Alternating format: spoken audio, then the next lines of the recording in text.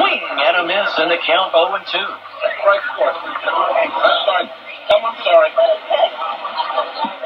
You're likely hearing a lot of noise in the background tonight. That is because it's an old ballpark, and there are 3 broadcasts going on in one tiny little area.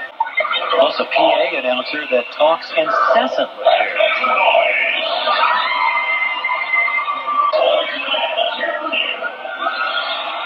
So you're getting broadcasts in triplicate tonight, plus a lot of a lot of extra noise. It's 335 feet down the left field line, 370 feet to left center field, 394 feet to right center field, and only 310 down the line. Once again, Bustos has to step out of the batter's box as the PA announcer continues to drone on. This is incredible how many times the action is delayed here by this guy. He's talking to the players today, and they were just really baffled how this guy is allowed to do what he does here. Talks consistently between pitches. I've been to a lot of ballparks in a lot of different places and have never heard anything like this before. In fact, yesterday they had a pool going up in the press box. First pitch to Dahlberg, misses outside, 1-0 the count. They had a pool going up here in the press box among some of the people up here and some of the players as to how many times he would scream, "Let's make some noise." Pitch misses down low, 2-0 the count. It actually got up into the 30s. They were keeping track. They had a running tally going. I guess maybe that's part of the home field advantage, although apparently some of the home players are annoyed too. And the Rox seal the deal with a 3-0 victory. So they will be glad to get out of here, out of Allentown, where it has been stifling hot. On-field promotions, keeping pitchers from taking their warm-up tosses when they should be, and PA announcers who are talking endlessly, including when there is action on the field. Several times action was delayed while they waited for the PA announcer to finish talking. So not an ideal situation, but the Rox able to work through it, and they win this ball game 3-0, taking 2 out of 3. That's it from here. Larry Blucher saying so long from Allentown, where the PA announcer is still talking.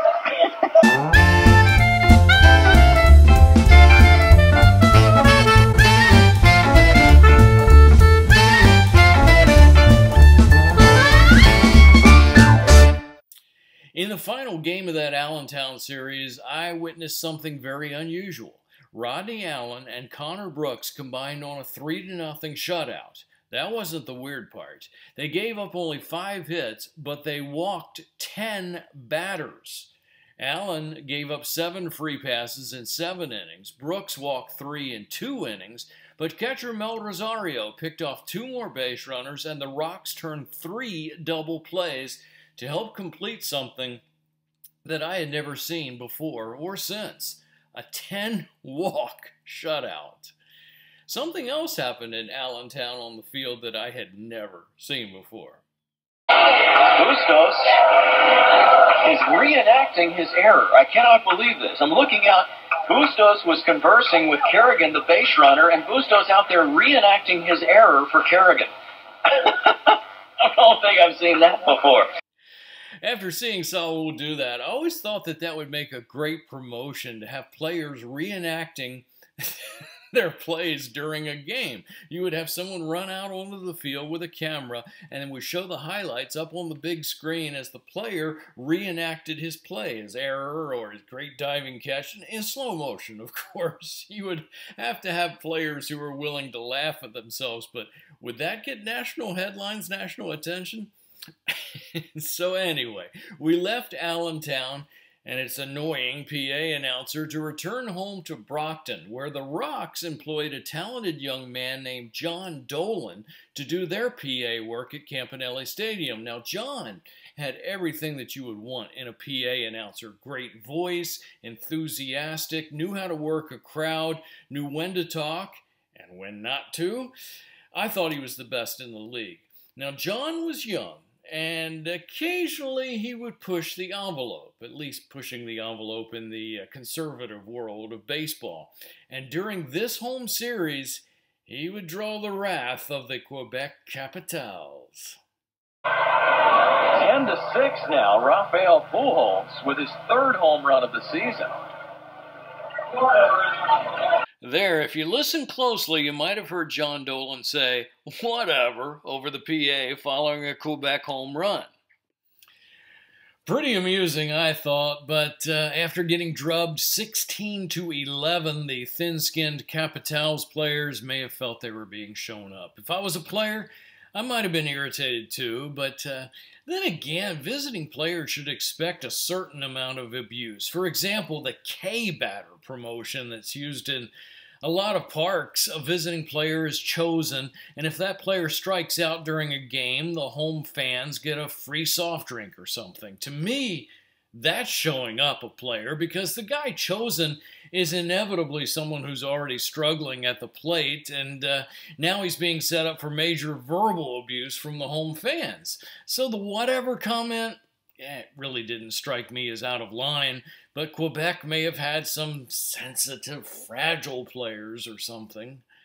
The next day, Quebec pitcher Jos Blaise launched into a verbal tirade at Rox clubhouse attendant Tony Cotis. Poor Tony had no idea what the guy was saying since it was French, but he realized he was being threatened. He'd been mistaken for John Dolan, who apparently had also mispronounced Blaise's name on the PA. So I didn't know any of this was going on when I strolled on down to the dugout to talk to Quebec's manager, Andy McCauley, prior to Game 2. I had spoken with Andy in the past and thought we had a good rapport, but this time I walked up, I said, "Hey Andy, how you doing? Larry Blucher, good to see you again," stuck out my hand, and he turned away and left me hanging.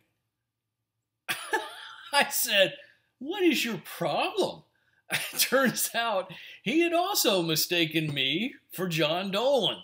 So our conversation was pretty heated until I straightened things out. During the national anthem and player introductions, several Quebec players glared up at John in the booth. Blaise, hope I'm pronouncing his name right, made a threatening gesture as if he was snapping something with his hands, presumably John's neck. John was actually worried that some of these guys were going to be waiting for him in the parking lot after the game. I mean, I have to wonder how their fragile egos fared in the real world outside of baseball. They did win the last 2 games of the series, dropping Brockton's second-half record to 8 wins and 15 losses. Not mathematically eliminated from the playoffs, but realistically, it looked bleak at best. Fortunately, there would be a 3-game break for the All-Star game in Quebec, where the Rox would be represented by Saul Bustos and Carlos Rosario. Now it is Saul Bustos, hitting .295, 9 home runs, and 46 runs batted in. He was one of 2 players to represent the Rox up in Quebec for the All-Star game. Said he had a good time, said he was a little disappointed that he did not produce more. There were a lot of scouts on hand, a lot of baseball people. But he said he had a good time. Bustos participated in some of the skills competitions at the All-Star game. In the throwing accuracy, the East was soundly trounced by the Northern League Central, 12-3 in that contest. It brings up Carlos Rosario. Carlos batting .316, 4 homers, 23 runs batted in. And Carlos had a pretty fun time at the All-Star game. He was actually the winner of the base running skills competition. Had a base hit, scored a run in the actual game. Carlos doubled his first time up and came around to score the first run of the game for the East. That was after winning that base running competition.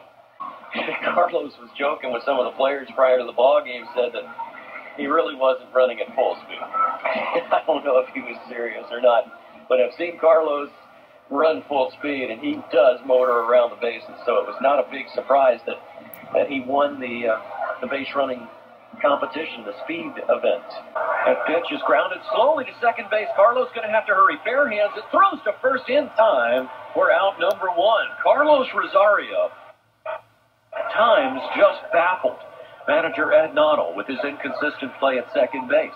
Sometimes the routine plays are the ones that he will botch up, the spectacular ones, and that one is right along those lines. Rosario thinks, that one he had to charge hard from his position in base. barehanded and make a quick throw to first, and he did just that to throw out Mercedes for out number 1.